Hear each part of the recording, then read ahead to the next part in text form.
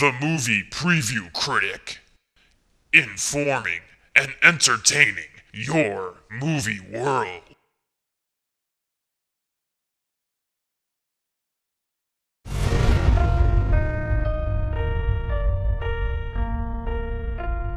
Based on the preview, the story of Last House on the Left goes something like this. The Collinwood family, also known as Emma, John, and daughter Mary, is going on vacation to their secluded house in the woods. Once they get there, their barely legal daughter goes swimming in her bra and panties. But what's up with showing this during the preview? Isn't it funny how 50 years ago something like this was considered risky and smutty, even to include in a movie? Now it's in the advertising. I'm not saying it's bad, it's just a sign of the times. It's also a different kind of sign. A warning sign. Number 15. The hottie factor is being used to interest the audience in this movie. Which leads to the next warning sign. Number 43. Sex sells. Because the story, actors, and director won't. And warning sign number 10. The actor or actors look like more famous actors. In this case, the actress playing Mary, Sarah Paxton, looks a lot like OC star Misha Barton. So Mary meets up with Paige, known in this reality as Martha McIsaac, who played Becca, Michael Cera's love interest in Superbad. She meets some dude in a hoodie, brought to pretend life by Spencer Treat Clark, who we've seen in some great movies like Gladiator, Unbreakable, and Mystic River. It's time for a mental movie note. Dear unsuspecting, horny, barely legal girls, if you run into a character wearing a hoodie, he's either an outcast nerd loser or a criminal. Be sure to ask which one he is before going off with him somewhere. Love, the movie preview critic. So Paige asks him what he's doing later, and boom, they're at some sleazy Motel 6.5. Psychopathic killers interrupt the good times. But hey, at least they're really cool looking hipster murderers. At first, the girls don't know if they should ask for autographs because these three kind of look like some indie rock band. If only they would have taken a closer look at the clothing. It's time for another mental movie note. Dear soon-to-be torture pornies, dudes with goatees are usually bad news. Girls wearing overalls are usually unsympathetic white trash, especially if one of the straps are unbuttoned. And unbuttoned, disheveled jackets and shirts usually mean stranger danger. Wish you'd gotten this note earlier. Love, the movie preview critic. And speaking of strangers, Rogue Pictures distributed last year's torture horror hit The Strangers, which already seemed like it was inspired by the original Last House on the Left. I guess because that was such a success, they decided to go ahead with an official remake. So indie rock band reveals themselves to be murdering fugitives. This means the girls can't leave, which means the psychos have to torture and kill them. Coincidentally, right near Mary's house in the woods. So indie rock band stops by the house to ask for shelter. And of course, because they're cool parents, they're not going to be freaked out by fear-driven news reports about grungy, dirty, hoodie, overall, open shirt wearing derelicts that kill overly trusting let's be nice to everyone homeowners. Sure, honey, let's have these strangers stay over. Maybe they'd like to play Scrabble. I guess it's time for another mental movie note. Dear super cool parents, if strangers knock on your door in the middle of the night asking for a place to stay, tell them no, or else you're gonna f***ing die. Love, the movie preview critic. So later, Hoodie Jones discovers it's Mary's house, and still later, a barely alive Mary crawls out of the pond, through the forest, and onto the porch, where her parents find her, and Daddy speaks some on-the-nose dialogue.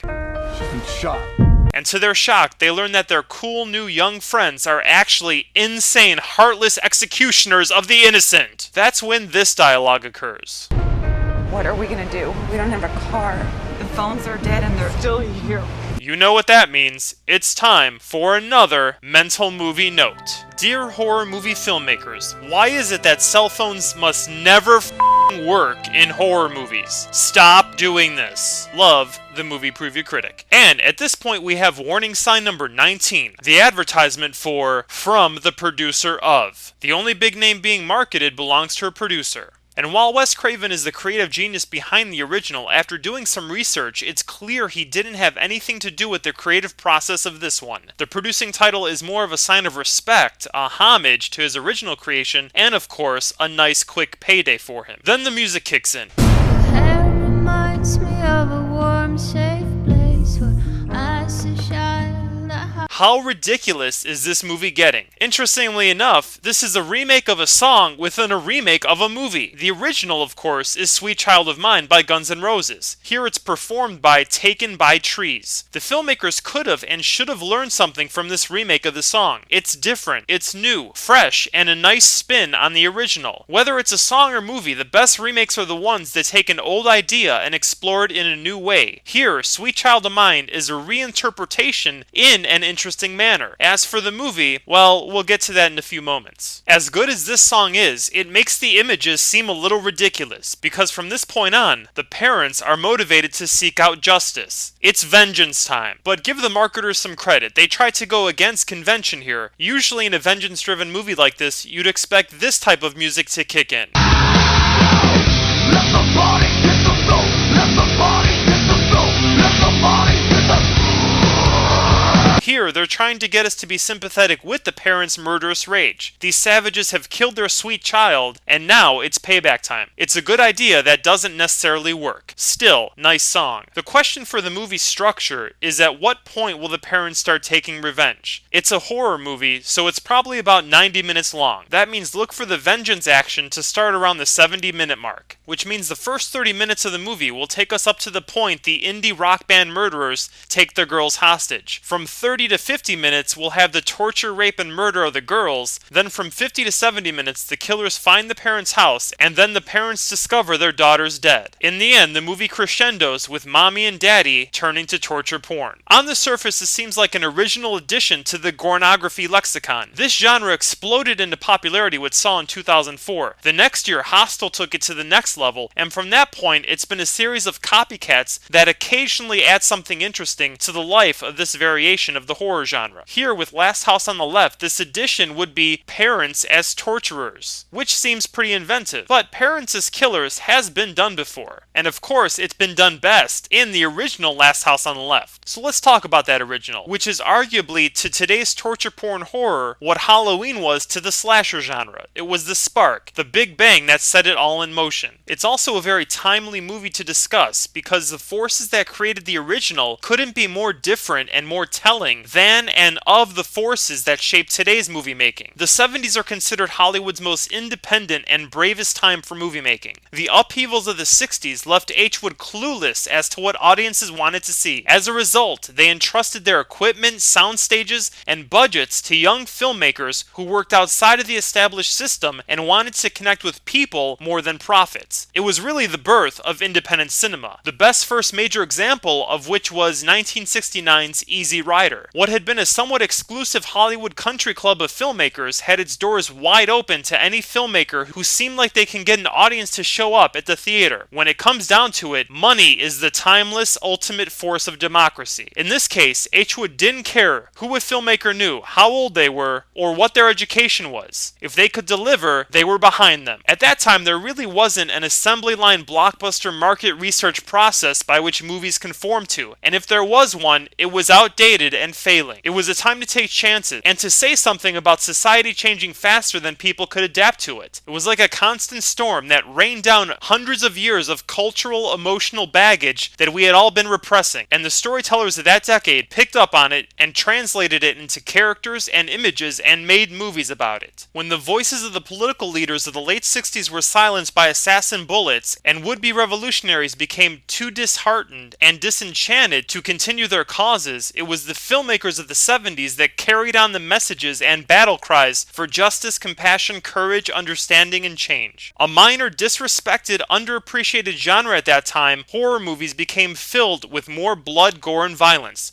No doubt a result of the turmoil of the late 60s and early 70s, most obviously influenced by the war in Vietnam. It was such a pummeling of the American psyche and spirit in such a short amount of time that for many, the widespread hope of the mid-60s seemed foolish by the early 70s. And when people lose hope, things go bad. In this case, the disintegration of America's big cities. And to get a pulse of the nation, all we have to do is go to its cultural and business capital, New York. When you look at Times Square nowadays, It's like Disneyland. Safe, touristy, and corporate. In the 70s, it was like Sodom and Gomorrah. Drugs, sex, and danger. The big city was becoming a real-life version of a George Romero zombie movie. It seemed that there was no justice. The system was too corrupt and broken to be fixed, and people wanted to take the law into their own hands. This is where movies like Taxi Driver, Death Wish, and Dirty Harry came to life, tapping into a desire for vigilante justice. There was all this rage, frustration, lack of leadership, absence of hope that people just tried to ignore by overdosing on the vices of life. This is the environment that gave birth to The Last House on the Left. Now that we've seen the preview for Last House on the Left 2009, let's watch the original.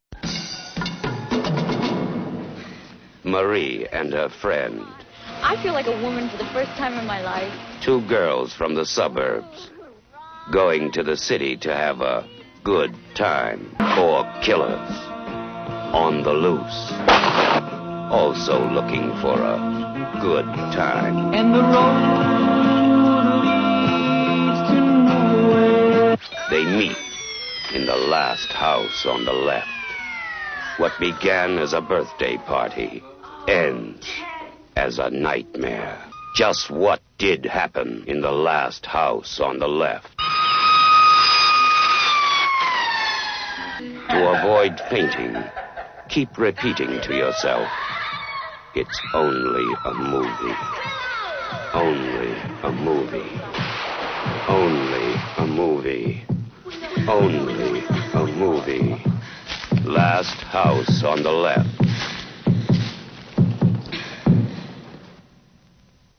Holy sh**, right? Doesn't it seem creepier, scarier, ballsier, and more disturbing than this puss remake? So what makes the original better? First, it's actually about something more than just watching people getting mutilated and defiled. Like The Dark Knight, WALL-E, The Matrix, Star Wars, and the original Last House, they all work on multiple levels. On one hand, the original Last House is a totally visceral experience, but on another, there's some social commentary to it. Renewed feminism fueled the second wave of women's liberation between the 60s and the 80s, and the result was a major shakeup in the cliché American family. Mom no longer wanted to stay at home all day, and most importantly for the horror genre and the coming slasher movement, sis didn't want to save herself for marriage anymore. That notion was a myth to begin with. The post-World War II baby boom occurred because there was a lot of premarital sex going on. See The Miracle of Morgan's Creek for a comedic exploration of those times and circumstances. What the slasher genre picked up on from Last House on the Left was this sort of subconscious feeling of revenge on women, or more specifically, sexually active young women. Now you might be saying, hey, you're reading way too into this, but it's there if you want to see it. For example, let's watch this part of the original preview. Marie and her friend.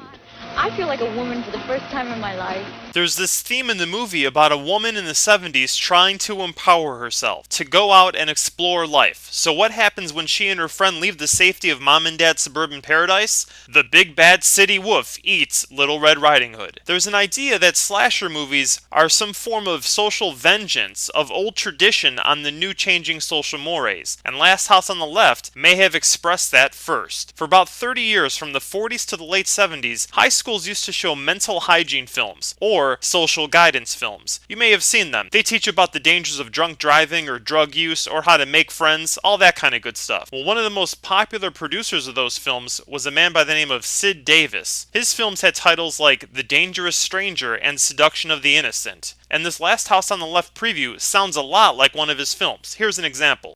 That looks innocent enough, doesn't it? Lots of young people hitchhike. Seems like a good way to get from one place to another. But sometimes there are dangers involved that never meet the eye.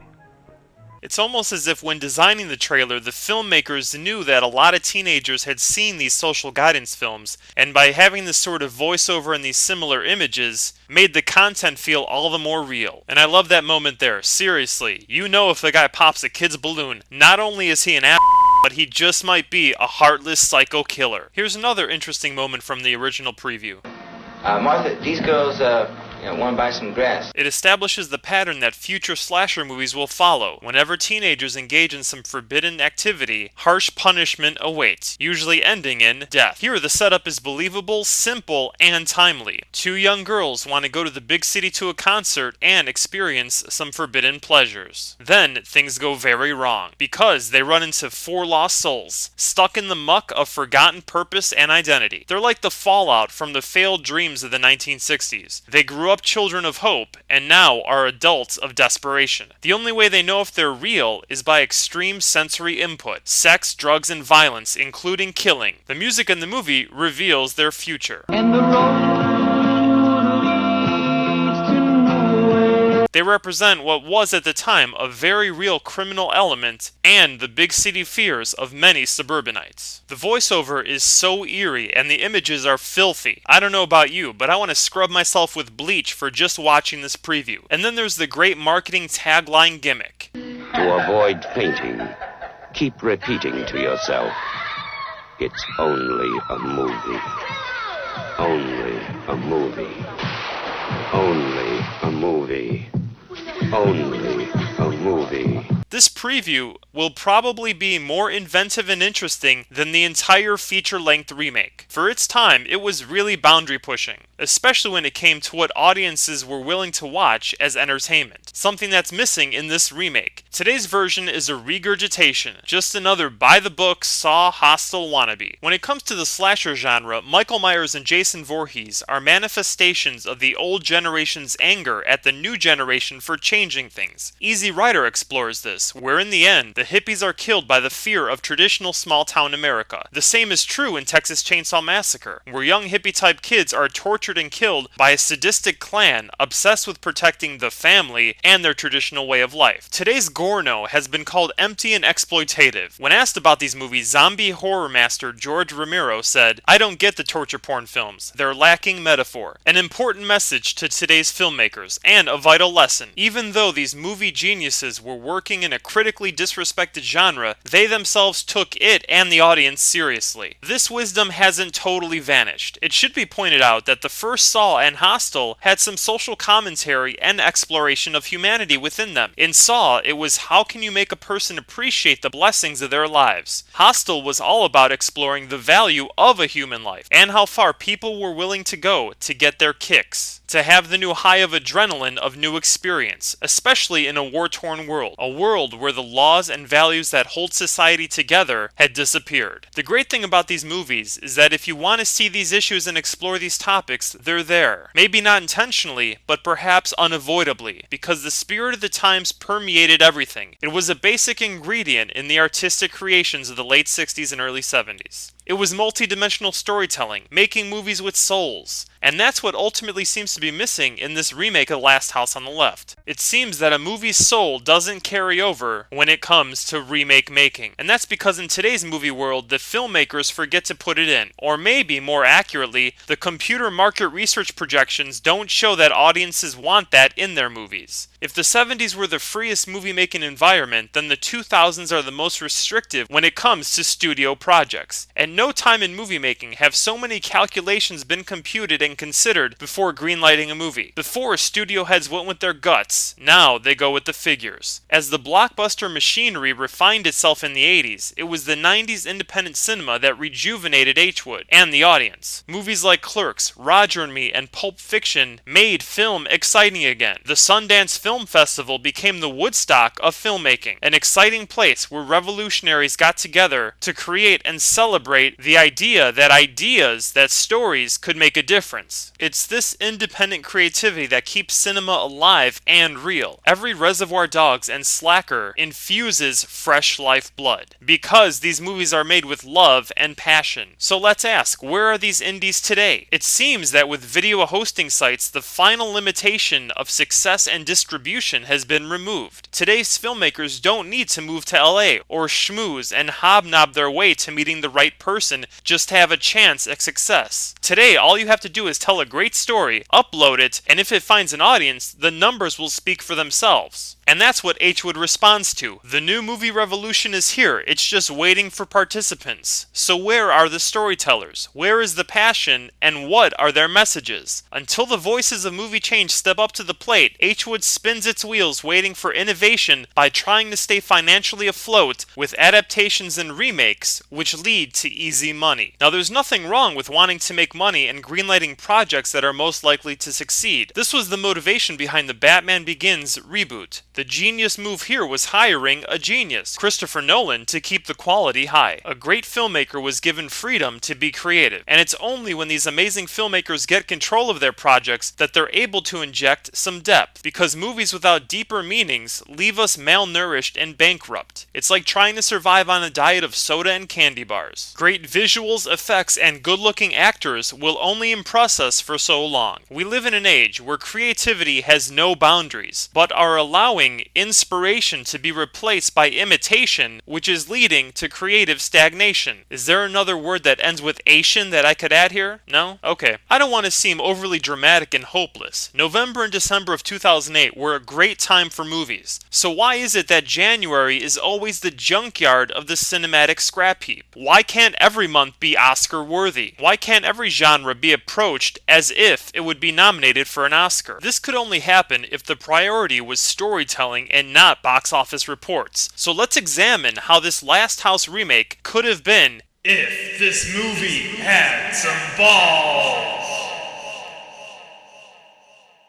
If the studio and filmmakers had some movie-making balls, Last House would have looked something like this. First, the actors would have been cast differently. The girls that play Paige and Mary are fine, but everyone else needs to be replaced, starting with the criminal murderers. As mentioned before, they don't have the right look. It's like the filmmakers just did a search for movie rules and found number 22. When creating murderers, make them look like they haven't showered in a few days. Guys should have beards or goatees, and wear t-shirts, necklaces, rings, half tattoos, and piercings, and never button their shirts and or jackets. Girls should not have any makeup and wear tomboyish clothing. Look at the original cast of killers. They look ordinary, but more importantly, disturbed. They're dressed like they don't have much money, but at one time try to be hip. In the original, the boy that takes the girl to meet the rest of the gang is hooked on heroin and listens to the others because he wants his fix. He's not the smartest person in the world and seems like he hasn't matured much mentally. He's still a little kid. I would have loved to have seen someone like Frankie Muniz, yes, from Malcolm in the Middle, playing the character of Justin. Why not just take a risk? Sorry, Spencer Treat Clark, but acting like your character listens to too much emo music isn't cutting it. In the original, the leader of the gang is a guy called Krug. It's revealed that he's actually Justin's dad. That's awesomely twisted. His own dad has got him hooked on heroin and makes him watch as the gang kills people. Here he's played by Gary Dillahunt, best known for his work on HBO's Deadwood and the Sarah Connor Chronicles, but he doesn't convey the disturbed nature that came across effortlessly in the original character played by David Hess, who went on to star in a good number of movies, mostly horror.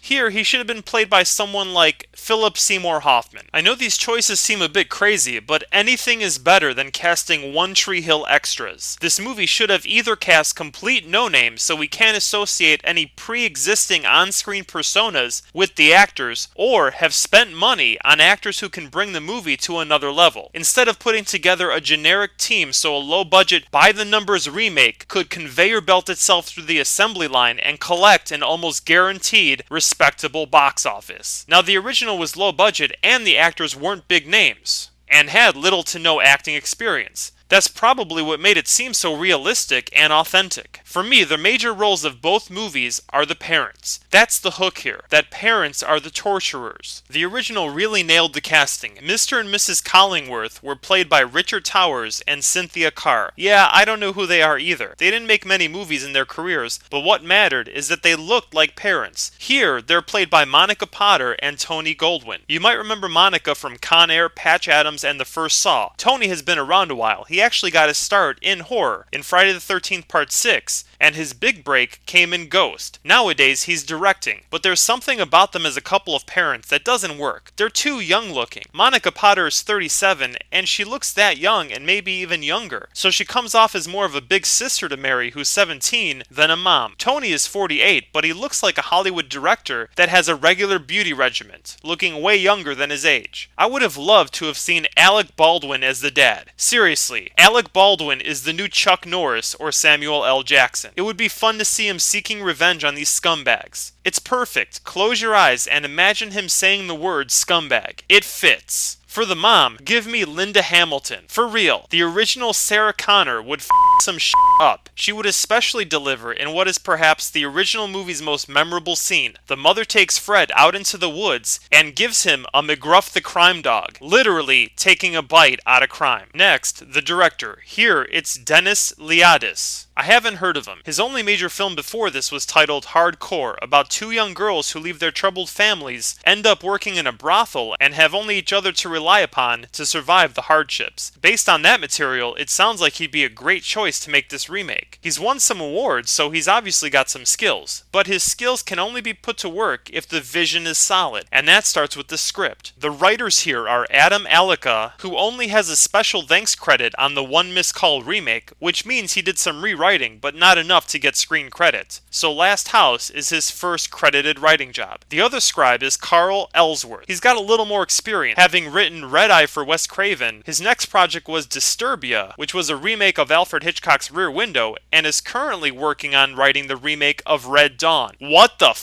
Red Dawn is being remade? Jeez, nothing is f***ing sacred. This guy Carl has got to have the best job. He watches an old movie, gets a copy of the old script, modernizes the names, clothing, technology, watches the WB for a few hours, and boom, he knows who the cast is going to be, and everything's already written. Check, please. Where do I sign up for that job? I wish this was written by Andrew Kevin Walker, responsible for 7 and 8mm. He's got a dark side and wouldn't have been afraid to go to some brave new places with this story. For the director, it should have been Lars von Trier. He's the Danish director whose most popular film was Dancer in the Dark, starring Bjork. Yes, that Bjork. Most importantly, he started a movement called Dogma 95, which was created in the 90s when digital video cameras and editing made filmmaking possible to everyone and made it possible to film anywhere. I like him here because the Dogma rules would have been perfect for the most important if the studio had some balls challenge. This remake should have been done Blair Witch Cloverfield style, first-person video camera. The reason for this is that just as Last House reflected some undercurrents of society in the 70s, so too should this reflect our current society. And there's nothing more prevalent and influential in the 2000s than reality TV. These girls aren't about feminism. No, they're part of the "is the camera on me" mindset. If they belong to any ism, it's celebrity-ism. Today, being Cinderella at the ball means being at the center of your own reality TV show. These girls should be obsessed with shows like Paris Hilton's BFF, Rock of Love Bus, and A Shot at Love. They go out with a video camera to capture some drama and end up documenting a journey into hell. Here, in the No Balls version, the criminals are already wanted for murder. In the original, they were just recently escaped from jail. They hadn't killed anybody yet. And that works a whole lot better, because here, it's like they're forced to kill the girls because they're afraid they'll talk to the police. In the original, they torture them because they've got nothing better to do. They're bored. That's a whole lot scarier and more disturbing. So, in the If They Had Some Balls version, these girls are planning to make a sex tape and take the Kim Kardashian Paris Hilton route to fame. And why not? Both Cosmo and Maxim magazine have had articles on how to film your own private porn videos. So they figure if everybody's doing it, why shouldn't we? They find a cute enough guy, and as the cameras start to roll, the other dudes show up. They take the camera and decide to do a rewrite, and they end up making a snuff film. They end up at the parents' house, who are work-obsessed materialists living on credit cards and image. They see the tape and then decide to make their addition to the project, adding the torture porn of the killers. The key here is that we have to believe in their transformation from self-involved rat racers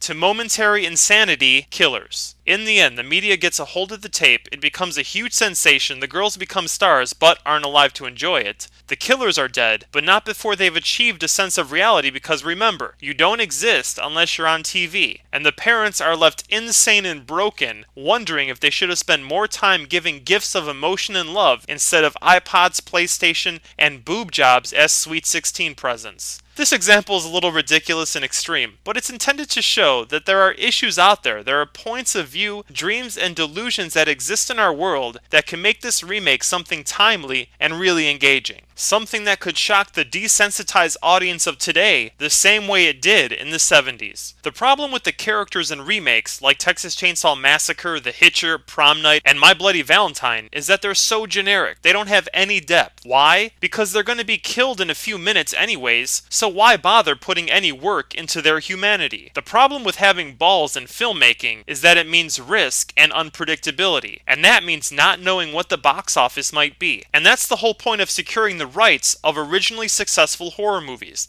The titles are recognizable, the stories and main character killers worked in one generation, so they should work in the next because, after all, nothing is original, the archetypes stay the same. It's the people that pass in and out of life. History then becomes different people doing the same shit, just with different clothes and gadgets. What's even more impressive about the original Last House is that it was also a remake. Yeah, of Ingmar Bergman's The Virgin Spring from 1960. It's surprising that a Bergman film, which is considered artsy-fartsy foreign, was chosen to be remade as an American horror movie. The original, it's set in medieval Sweden. I know, it already sounds like a snooze fest, right? It's about how a father takes revenge on 3 bandits who rape and kill his young daughter. One of the major elements of foreign cinema is that the focus is more on the inner journey of the characters than the outer goals. American movies deal very much with what a character wants, what they want to achieve. Foreign cinema is obsessed with how does a character feel and how are they changing. The Virgin Spring has a nice mix of both, and all 3 of these movies really have 2 halves. The first is the innocent daughter getting killed. The second half is the father seeking revenge. But in The Virgin Spring, the inner struggle is much more powerful than the outer struggle. It centers on faith. The murdered girl is known as the light child. She's been chosen to bring candles to church, and it's on the path to church that she gets taken by these rapists. And that's the father's struggle. How could God let this happen to his innocent daughter while she was doing God's work? He and his family are faithful and pray, so why do bad things happen to good people? Again, even if you don't pay attention to this level of the story, it's there. And that's what all great memorable movies have. Multiple levels that engage our minds and our souls. Maybe remakes suffer from a Xerox effect. A copy of the original is pretty close in quality, but a copy of a copy starts to show signs of degradation. There are plenty of examples of good remakes. Unfortunately, there are many more examples of lazy, uninspired ones. The torture porn genre might be nearing the end of its life cycle. After 5 years, the question becomes, what is there left to explore? There's a Saw movie every Halloween, and its biggest challenge seems to be, how can we torture and kill people in new, disturbing ways? And that's what all these movies are asking. Here, Last House is banking on this movie moment to get audiences into the theater. What is this? I can't move. You're paralyzed from the neck down. I didn't have any rope or duct tape. While it's pretty cold-blooded, twisted, and looks kinda cool, it's getting ridiculous. A microwave, really? Would it even work with the door open? Don't most of them have safety features built in? I've managed to get a copy of some of the notes of the writers when they were brainstorming for ways the parents would torture people here in this movie. If it gets to that level, we, the audience, are the ones being tortured. The Movie Preview Critic rates Last House on the Left, Remake 2009, unworthy of big screen viewing. See it as a rental. Because it's made by the remake assembly line, all the parts will be in the right place, the same ingredient and the same portion size. It'll be generic and boardinary. It's definitely an unnecessary remake. It's not that different from what's come before. It's obvious the filmmakers are not even trying. It has no balls. It's being done for the easy payday. You know what you're getting. It's the same old but if you're a fan of torture porn horror, you should be satisfied. And it's definitely another sign of the approaching movie-pocalypse. Also, if you or your friends find yourselves seriously considering seeing this movie, just keep telling yourselves, it's another remake, it's another remake, it's another remake, it's another remake. And now, it's time for Last House on the Left, Remake 2009's place in movie history. In won't be better than the original Last House, or the late 70s Gorno predecessor I Spit on Your Grave, or the first two Saw and Hostel installments and Untraceable. It also won't be as Gorno-rific as Wolf Creek and High Tension, but should be more disturbing than Vacancy, and because the parents are vengeance seekers here, should be a little more interesting than Saw 3, 4, 5, Captivity, and Touristas. Whenever a movie is unworthy, it's time for you to see this instead. If you haven't seen the original Last House, definitely check it out. But be warned, it's very, very intense and disturbing. Same thing goes for I Spit on Your Grave. If you haven't seen basic horror movies like Friday the 13th, Nightmare on Elm Street, or any of the lighter gornography like Saw and Hostel, hold off on seeing those until your tolerance is ready for it. Also, consider watching The Virgin Spring. It disturbs not just with the visuals, but with the philosophical questions. And if you want to see vengeful parent figures, check out Serial Mom and Parents, though they're more comedic than horrific. And as mentioned earlier in this review, check out The Miracle of Morgan's Creek for a comedic exploration of the post-World War II baby boom, and if you're in the mood for some life instruction films, check out the social guidance movies of Sid Davis. Now it's time for Last House on the Left Remake 2009's Contribution to Cinema. It's a negative one. It's yet another example of H. Wood continuing to defile older, better movies for the sake of quick profit. It misses a chance to use the horror genre to include metaphor and social commentary, and it continues to make audiences cynical as to the future of quality movies. Finally, wondering how much money this movie's gonna make? Let's ask the box office psychic. Since these preview reviews come out early, it's time to see if we can predict the box office numbers. At the time of this video, the exact release date isn't known, though it will be released sometime in March. That month starts with Watchmen, but other than that, there aren't many big movies coming out, and more importantly, no horror releases. Because of that, it has a good chance to make some decent cash. But will audiences be burnt out by January and February's horror releases? Probably. Plus, the lack of big names, the semi-obscure title, and the lackluster preview might lead this to make about $10 million on its opening box office weekend. And because April's filled with a few bigger releases like Hannah Montana the Movie, Fast and Furious, and Dragon Ball Evolution, it's likely this will get lost in the shuffle. But then again, there aren't any major horror releases in March and April, so it might end up somewhere around the $30 million range for its total domestic gross. And with that, consider yourselves advised. Choose your movies wisely, and as always, long live good movies.